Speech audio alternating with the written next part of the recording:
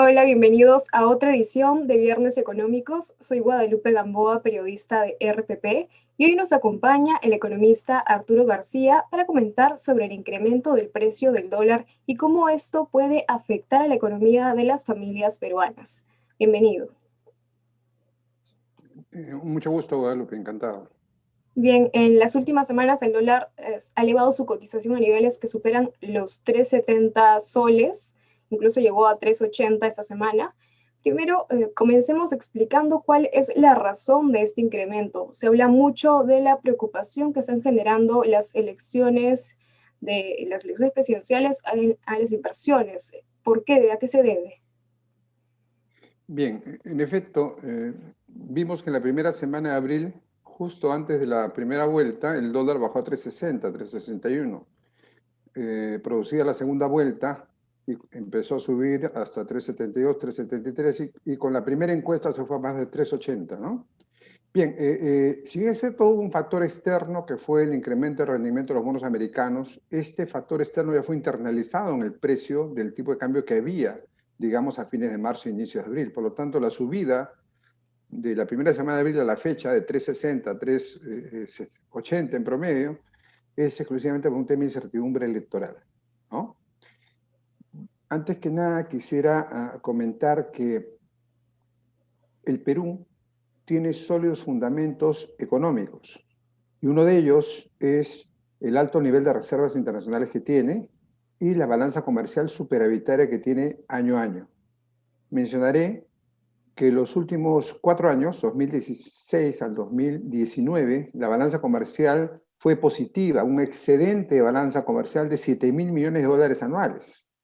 Para este año se espera un excedente de 14.000 millones y para el próximo año 15.000 millones. O sea, hay oferta de dólares. Lo que pasa es que por estas elecciones, coyunturalmente, la demanda se ha disparado producto de la incertidumbre y el dólar siempre es usado como un activo de refugio ante incertidumbres o volatilidades en los mercados, ¿no?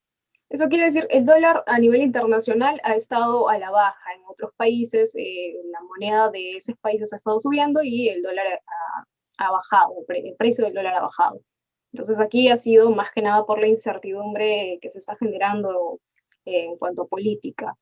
Y esto, ¿cómo afecta a las familias peruanas?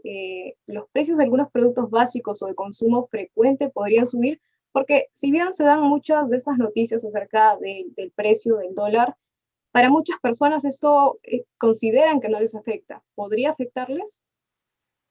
Definitivamente nos afecta a todos los agentes económicos, entre ellos las personas, las familias. ¿Por qué? En primer lugar, de las importaciones peruanas, el 75% son insumos y bienes de capital. Eso va a la industria, a la actividad económica, con la que las empresas del país producen bienes y servicios y lógicamente nos lo venden, ¿cierto? Por lo tanto, el precio para ellos está subiendo y va a ser trasladado a los consumidores. Y el 25% de las importaciones son bienes de consumo. Eh, Relojes, electrodomésticos, televisores, carros, perfumes, ropa, bienes de consumo para las familias. Entonces, por el lado del precio de las importaciones, de todos los bienes de consumo, nos va a afectar. Ahora, además de ello, Perú es importador de trigo, de maíz y de combustible, entre otros. Y el trigo tiene efecto en el precio del pan y de los fideos, por ejemplo. El maíz tiene efecto en el precio del pollo, porque el principal alimento de los pollos es el maíz. Y el combustible, el petróleo, porque somos un país importador de petróleo, va a tener efecto en el costo del transporte, ¿no? Sea de carga, como también posiblemente el combustible y el transporte, digamos, público. Entonces, realmente por el tema de precios nos va a afectar a todos, ¿no? Aparte de afectarnos en el tema de precios, también nos va a afectar en el tema de las personas que tienen deudas en dólares y ganan en soles. Lógicamente su deuda, los soles que tienen que pagar para pagar su deuda en dólares va a ser más alto, ¿no? Entonces los afecta a los que tienen ingresos en soles y deuda en dólares. Claro. Igualmente los que tienen ahorros en soles, los que tienen ahorros en soles, con los ahorros actuales en soles van a poder comprar menos dólares de lo que podrían comprar, digamos, hace un mes, ¿no? Entonces afecta a los que tienen deuda en dólares y a los que tienen ahorro e inversión en soles. Y un Respecto, tercer, Respecto Sí, a los disculpe. productos que me mencionaba, este incremento en los precios que podría producirse, ¿ya se está viendo en el mercado o es algo que va a subir de a pocos o va a subir en las siguientes semanas? Ya se está viendo en el mercado y yo creo que esto se va a acrecentar. Incluso, bueno, depende de la tendencia. El tema es si las encuestas siguen en el nivel que han seguido de liderazgo de uno de los dos contendores, ¿no? Candidatos, la tendencia es a alza. Si se va a ver acercamiento en las encuestas entre uno y otro candidato, puede haber mayor volatilidad, pero definitivamente estas próximas semanas son semanas de volatilidad del tipo de cambio, ¿no? Y además de alimentos, deudas y efecto en ahorros e inversión, también, por ejemplo, en los fondos de pensiones. Los fondos de pensiones, por un tema de diversificación de portafolio, invierten en diversos instrumentos locales y extranjeros e incluso invierten, diversifican monedas, soles y dólares. Lógicamente, las inversiones que tienen instrumentos en soles se han visto afectadas.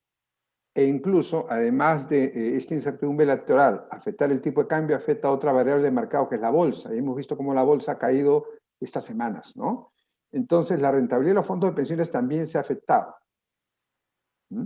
Más bien, dado que en el fondo 3, digamos, dado que hay un porcentaje de los activos financieros que puede invertirse en el extranjero, eso ha mitigado, ha disminuido el efecto negativo que ha tenido la devaluación del sol y la pérdida de valor, digamos, de los activos financieros peruanos, como el bono soberano, ¿no? En los portafolios de inversión. Pero no ha llegado a ser un impacto tan fuerte como el que se vio, por ejemplo, al inicio de la pandemia.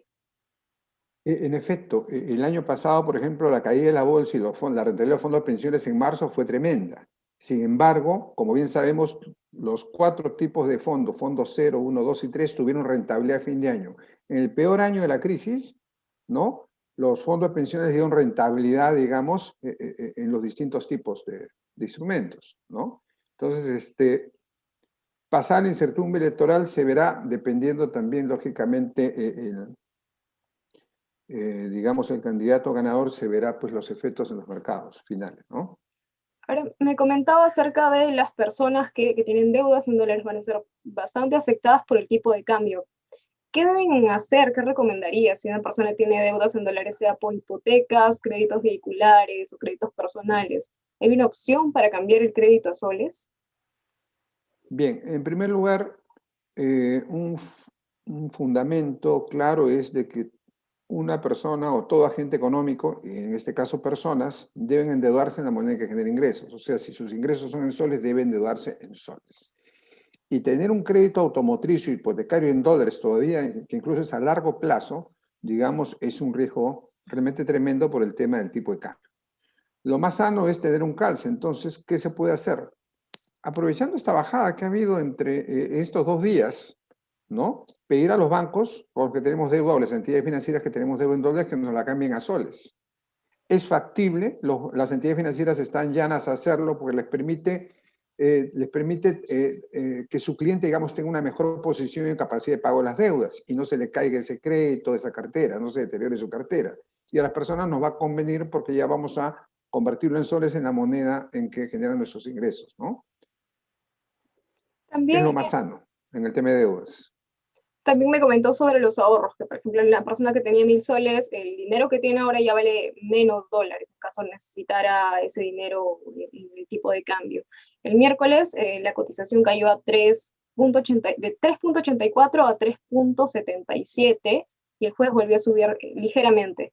¿Recomendaría a los ciudadanos comenzar a comprar dólares, teniendo en cuenta que una mayor incertidumbre podría elevar el precio de la divisa aún más?